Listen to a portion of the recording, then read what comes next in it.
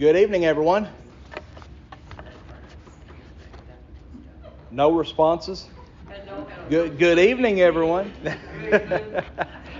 Good to see everybody.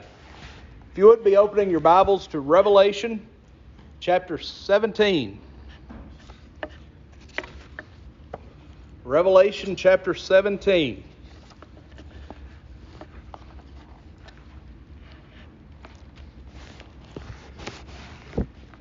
We left off last Wednesday night talking about this section of verses there in verses 5 and 6.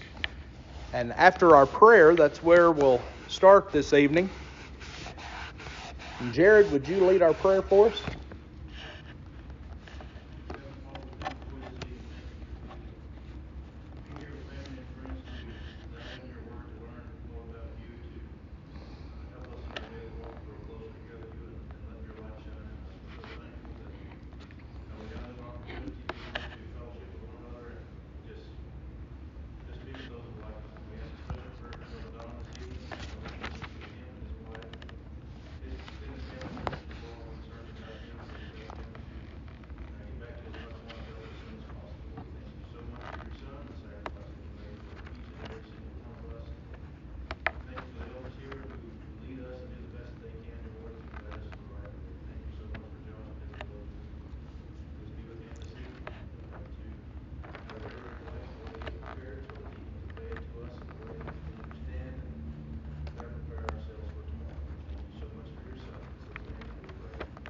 Amen. In Revelation chapter 17, we're seeing this image of what's commonly referred to as the scarlet woman or the scarlet harlot. And you may remember in the first few verses, we saw an image of her, and it said that she was seated upon many waters. We talked about how that was referring to all of the different nationalities that made up the Roman Empire, and how the influence of evil that was coming forth from whoever this is that is represented by the Scarlet Woman was one that was having an empire-wide impact upon those that dwelt there. Well, then the image changed, and no longer was she pictured as seated upon many waters. Notice it says that he was carried out into the wilderness in the Spirit. We talked about the fact that this is not saying that he was physically taken from the Isle of Patmos and taken out into the wilderness to see this vision. But what it is saying is that in the Spirit, or in a supernatural way, he was carried out into the wilderness. And there he was able to see another vision of this woman. And this time it says that she was seated upon a scarlet-colored beast, and that this beast was full of names of blasphemy, having 7 heads and 10 horns. We talked about some of the symbolism that's found there, the color red being indicative of bloodshed and evil. We talked about the 7 heads, talking about the 7 different regions that made up the Roman Empire, and the authority of those figures that would have been in positions of authority over those different regions. Once again, coming back to, as we saw with being seated upon many waters, the fact that the influence of the one that is represented by this scarlet woman was one that was widespread. It was not impacting just the city of Rome, but was impacting the entire empire. But then we come down into verses 5 and 6, and this is where we left off with our discussion last week. And upon her forehead, this is talking about this woman that's seated upon this scarlet beast. And upon her forehead was a name written, Mystery, Babylon the Great, the mother of harlots and abominations of the earth. And I saw the woman drunken with the blood of the saints, and with the blood of the martyrs of Jesus. And when I saw her, I wondered with great admiration. When we first started our discussion of these verses, I shared with you some of the instances that we saw from the Old Testament where those who were in positions of political authority had tried to elevate themselves to the position of a god. We talked about, for example, Nebuchadnezzar when he had that 90-foot statue erected and demanded that people bow down before it. We saw several other examples as well, finally coming down to this Roman Emperor Domitian, who you remember was the first of the Roman emperors to declare themselves a god while they were still living. All of the other Roman emperors were declared gods by their successor. Well, Domitian was a very egotistical person, and he wanted to receive that praise while he was still living. And so he wanted people to bow down and worship him while he was still alive, not after he had died. Well, notice in this passage, and this is where I want us to begin our discussion tonight. Notice it says that upon her forehead was a name, and that name was Mystery, Babylon the Great, the mother of harlots and abominations of the earth. You know, we've seen in other passages in the book of Revelation this idea of someone having something written upon their foreheads. Do you remember what it was in that instant? It wasn't a name. It was a number. Do you remember what it was? 666. And we talked about how what that was indicative of was evil. And how whenever the numbers in the Old Testament would be repeated in that fashion, it was often done to give emphasis to the subject that was at hand. And, you know, I've used the example before, and I'll call it to your recollection again. If I refer to someone as being a good person, you know, that has a certain degree of meaning to us. But if I emphasize that by saying, you know, so-and-so is a good person, which one of those is going to have the most impact, is going to lead us to having the best impression of the person in question? The one that we emphasized. So this number 666, and in my opinion, you've heard me say this as well. If you disagree with me on any of this, that's fine. We can discuss it, but this is my opinion. This number 666, this was found in one of the earlier visions in the book of Revelation, when those visions were less descriptive. The ones that were trying to just get the overall message across. And you remember, as we go further into the book of Revelation, it gets more descriptive. Well, we talked about how this number 666, folks, this is not a number that is indicative of the devil. It is not a number that is indicative of Antichrist. It is not a literal number that people are going to have branded upon their foreheads or upon their hands, as some passages say. But what this is talking about, as well as in verse 5, it's talking about the way that a person presents themselves, the reputation that a person has. Well, you look at this number 666. 6 was the sign of worldliness. Well, if you talk about someone being worldly, or evil, the impression that you have of that person is not one that is good. It's not positive. But then we also, if we elaborate on that, well, what type of worldliness were they engaged in? What kind of evil was taking place? Well, here's the revelation of the mystery. Babylon the Great, mother of harlots and the abominations of the earth. This is simply an elaboration upon the number 666. These were the things that were being engaged in by the person that is indicative or identified as this scarlet woman. And once again, we'll get to her identity further on down in this chapter. But let's talk about this subject of Babylon. This is where I really wanted us to begin our discussion tonight. We know that this cannot be referring to the actual nation of Babylon or the city of Babylon that we read about in the Old Testament. And the reason that we know that is because Babylon had been destroyed thousands of years before the time that Revelation was written.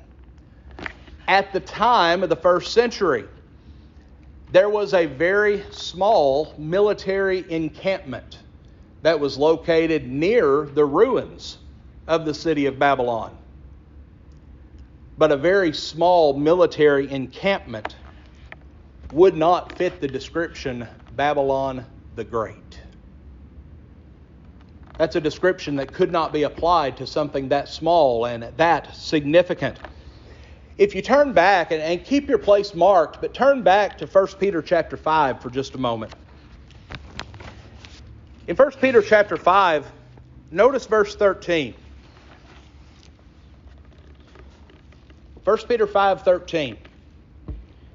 It says, "The church that is at Babylon, elected together with you, saluteth you, and so doth Marcus, my son." Is Peter saying that there was a congregation of the Lord's church that existed in a literal place called Babylon at the time that this epistle was written? No. That would have been impossible, because there was no city of Babylon at the time that this epistle was written. So, one thing that I want us to take a look at in this regard, Babylon was a term that was used for at least 25, 30 years there around the end of the first century as a reference to Rome.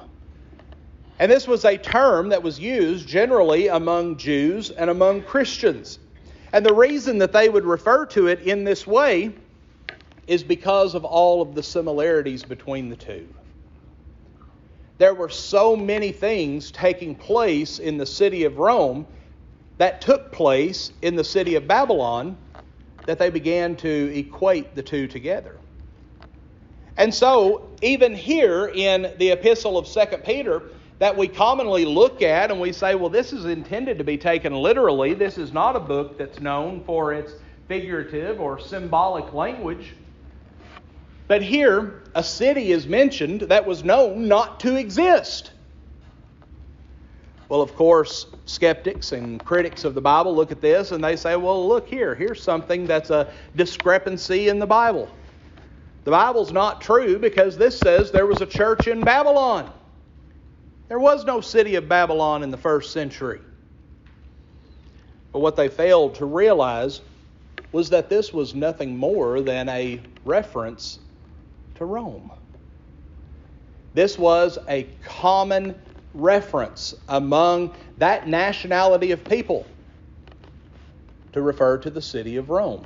But something else I want to point out, and no, this is not a class on the book of 1 Peter, but if you look there in verse 13, at least in the King James Version, I don't know if some of the newer translations do this, but you notice it says, the church that is at Babylon. Notice the words church that is in italics.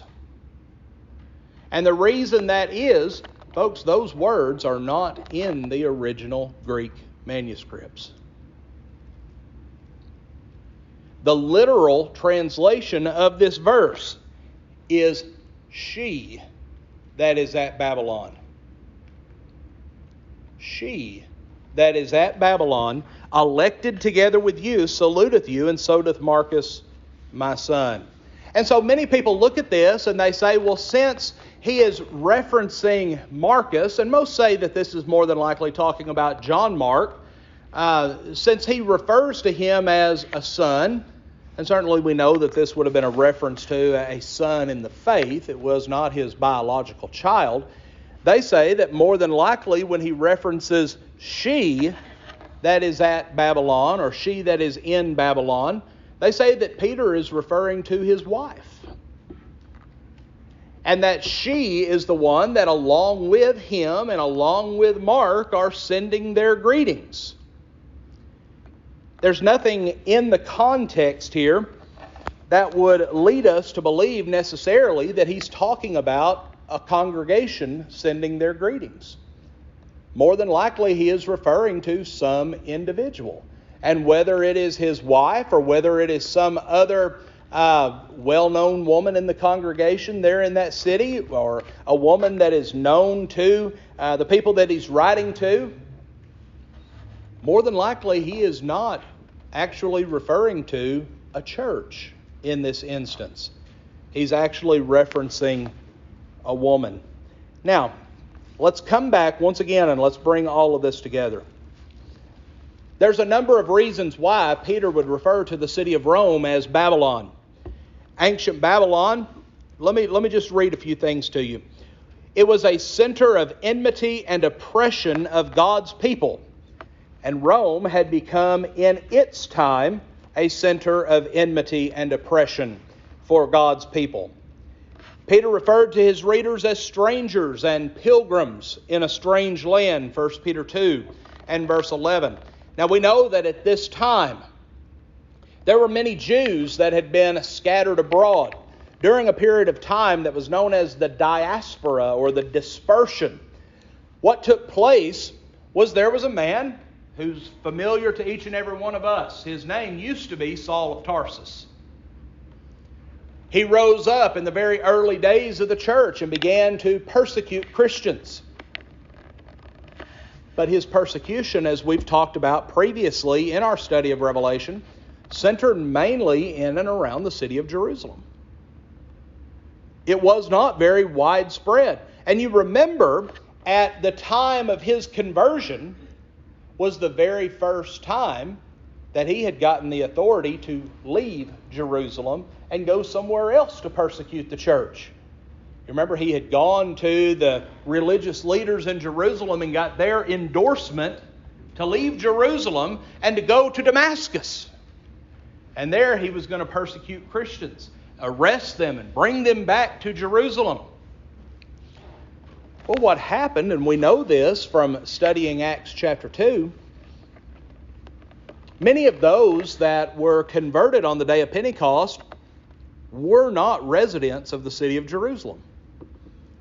They had come there from many different nations.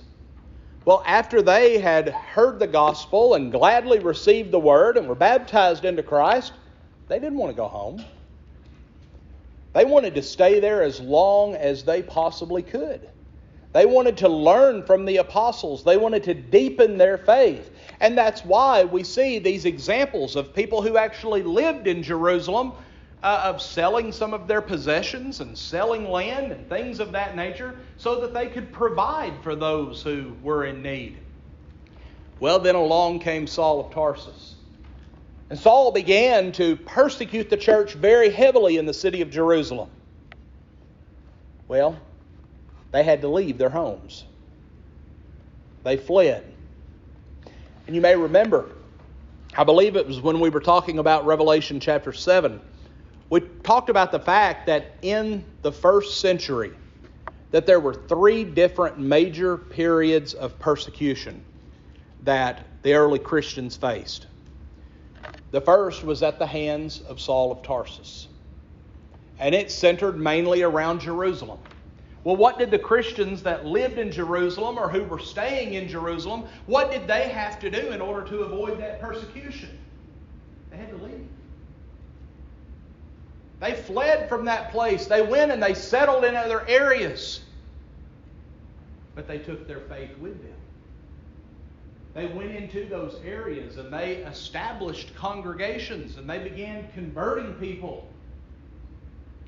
Well, you move a few years down the line and you see the second instance of great persecution that happened when Nero accused the Christians of burning down the city of Rome. But this persecution centered mainly around the city of Rome.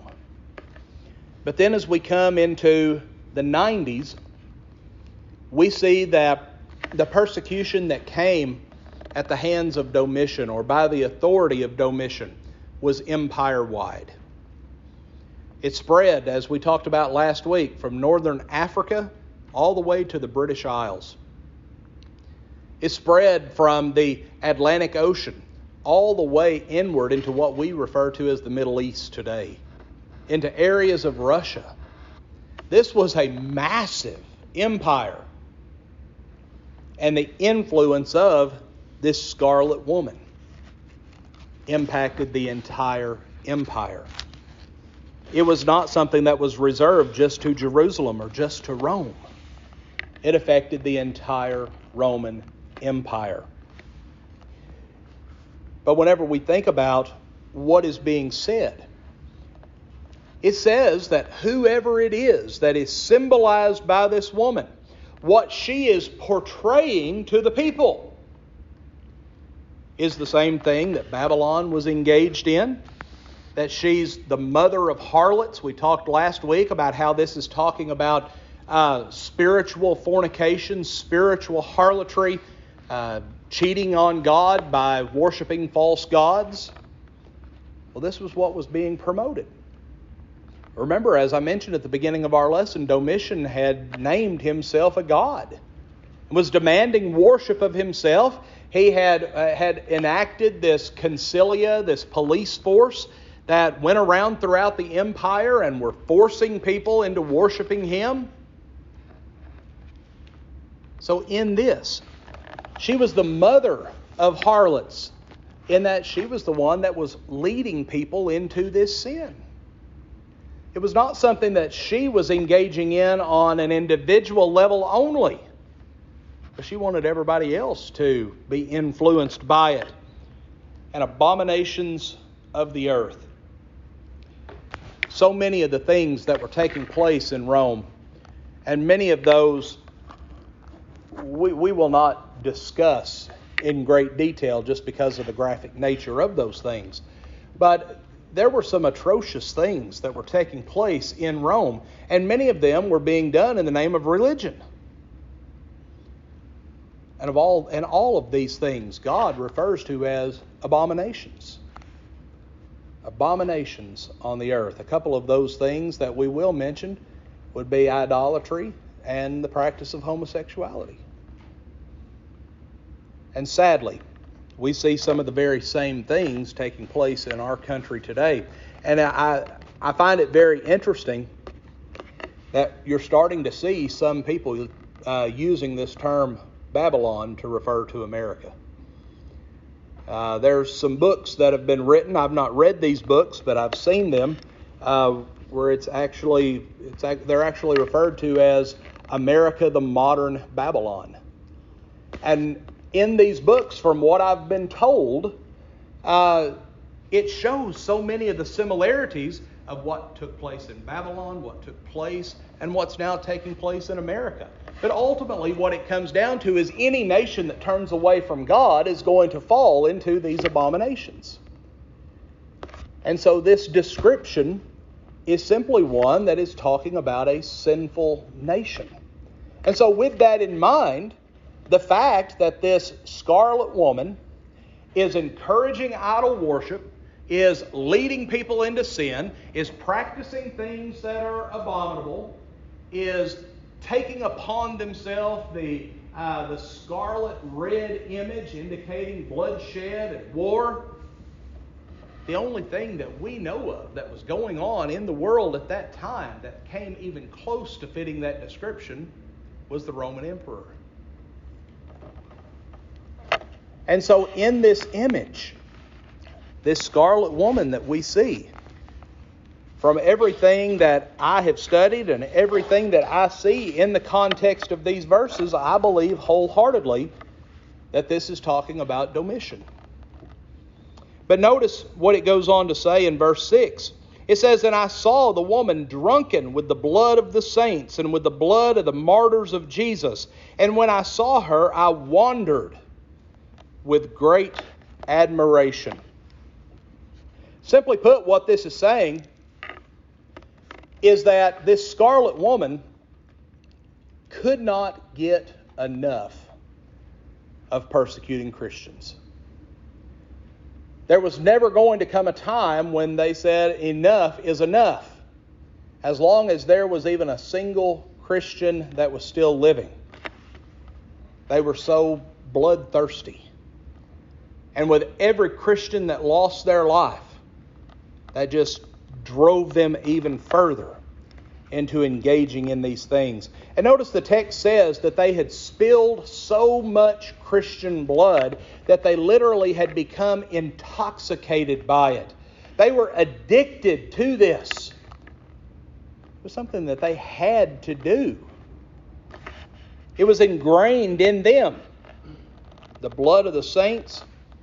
Notice it says that it was over all, and her identity is one that can only be described in the first century as Rome. Because Rome was the only ones that were persecuting Christians, that were leading them to their death. Well, then coming down into verses 7 and 8, it says, "And the angel said unto me, Wherefore didst thou marvel?" Remember, it says that he was astonished, that he stood there in admiration. Now, most of the time when we think of the term admiration, we think of that being something that's good. We admire someone. But it doesn't necessarily always mean that. What John is saying is that he stood in admiration of the Romans because he saw just how wicked and evil a people could become. A better term would be he stood amazed at what he saw. He couldn't wrap his mind around it. Well, then the angel says, why are you astonished? Why are you amazed at what you're seeing? Why are you marveling? He says, I will tell you the mystery of the woman and of the beast that carrieth her, which hath the 7 heads and the 10 horns. He says, I'm going to tell you the meaning of all this. I'm going to tell you what's taking place. We see the imagery here of the woman being carried along by this beast. Well, keep that in mind. And look at verse 8. The beast that thou sawest was and is not, and shall ascend out of the bottomless pit and go into perdition. And they that dwell on the earth shall wonder, whose names were not written in the book of life from the foundation of the world, when they behold the beast that was and is not, and yet is.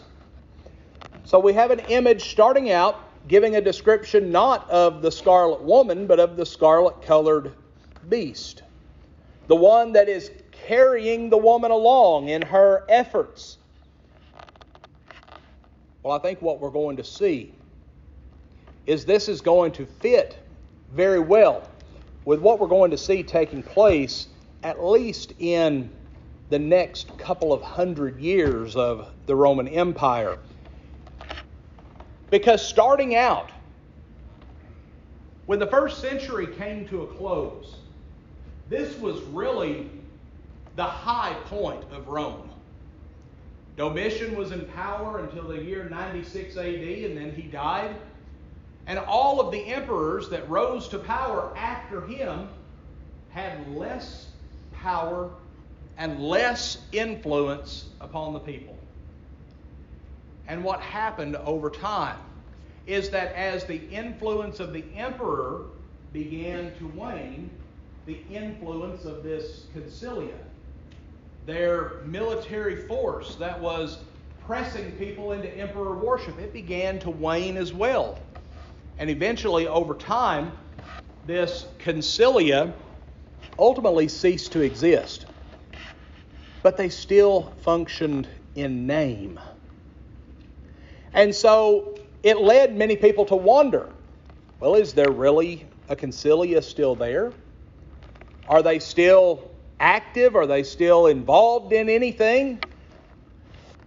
Well, and you may remember from a previous study, what happened over time was when the concilia realized that the emperor was losing his power and that the emperors that were coming along were actually being favorable to Christians, they decided, well, we're going to have to switch things around a bit, and no longer are we going to be the enemy of the Christians. If we're going to keep our prominence, we have to become advocates of the Christians. And so what happened over time was rather than the concilia going about through the empire, putting Christians to death who would not bow to the emperor, they switched. And they became kind of a perverted form of early evangelist of Roman Catholicism. They were some of the first ones that rose to positions of prominence as what they would refer to as bishops and archbishops. They were some of the ones that led to this political structure that came to be a part of the church. And you may remember I mentioned in a previous lesson the fact that there is still a movement in the Catholic Church today that is known as the Concilia Church. So they wound up becoming Catholic. They wound up moving from being idol worshipers and promoters of idol worship into being promoters of a perverted form of Christianity. But they did that for political reasons. They did that to keep their position and their prominence and their acclaim in the empire. And so what happened was you had the woman, as we see here in this image. She's being carried along by this beast. Well, as the woman begins to lose her power, they seem to disappear, as it says, into the abyss or into the bottomless pit. They seem to fade into the distance and no longer exist, when actually what has happened, they've simply changed. They've changed. And they have not changed for the better. They went from being forceful promoters of false religion to forceful promoters of a false form of true religion. And so ultimately what took place, this beast that is pictured as being scarlet colored and filled with names of blasphemy, folks, this is talking about that concilia. The ones that were there to promote the efforts of the emperor. But as the emperor began to lose his power, they didn't want to lose their power. And they saw, well, the Christians are the ones that are now being favored. They're the ones that are now being seen as more prominent. So we need to leave this side. We need to move over to this side and find a way that we can keep going and still do the things we want to do and separate ourselves from this past image. But ultimately what they did, they just kept doing what they had always been doing. But now, instead of doing it in the name of the emperor, they were doing it in the name of Christ. It was sinful what they were doing, but they were claiming to be doing it in the name of Christ. All right. Notice it says, "And they that dwell on the earth shall wander, they whose name hath not been written in the book of life from the foundation of the world." Meaning those who are on earth who were not Christians, they were wondering, okay, what happened? We've been serving the emperor. We've been giving our allegiance to him. We've been going along with the efforts of the concilia. Wow, what's happened to these people? Why have they swapped sides? Why do they no longer have the prominence? And why are they no longer being so forceful in the things that they have been teaching us for generations? What happened? Well, it all comes back, and I think there's so many lessons that we can take from this. It comes back to this idea that they were not sincere in the things that they were doing. They were not sincere in their promotion of the worship of the emperor. They were doing that because that was the popular thing to do. They were doing that because that's how they retained their prominence. And so now, those who are on earth who are not Christians, they're looking and they're saying, okay, now I remember this man and this man and this man. They used to force us to worship the emperor. But now they're over here and they're saying, no, you need to be worshiping God. You need to be serving Jesus, but you need to do it in the way that we tell you to do it.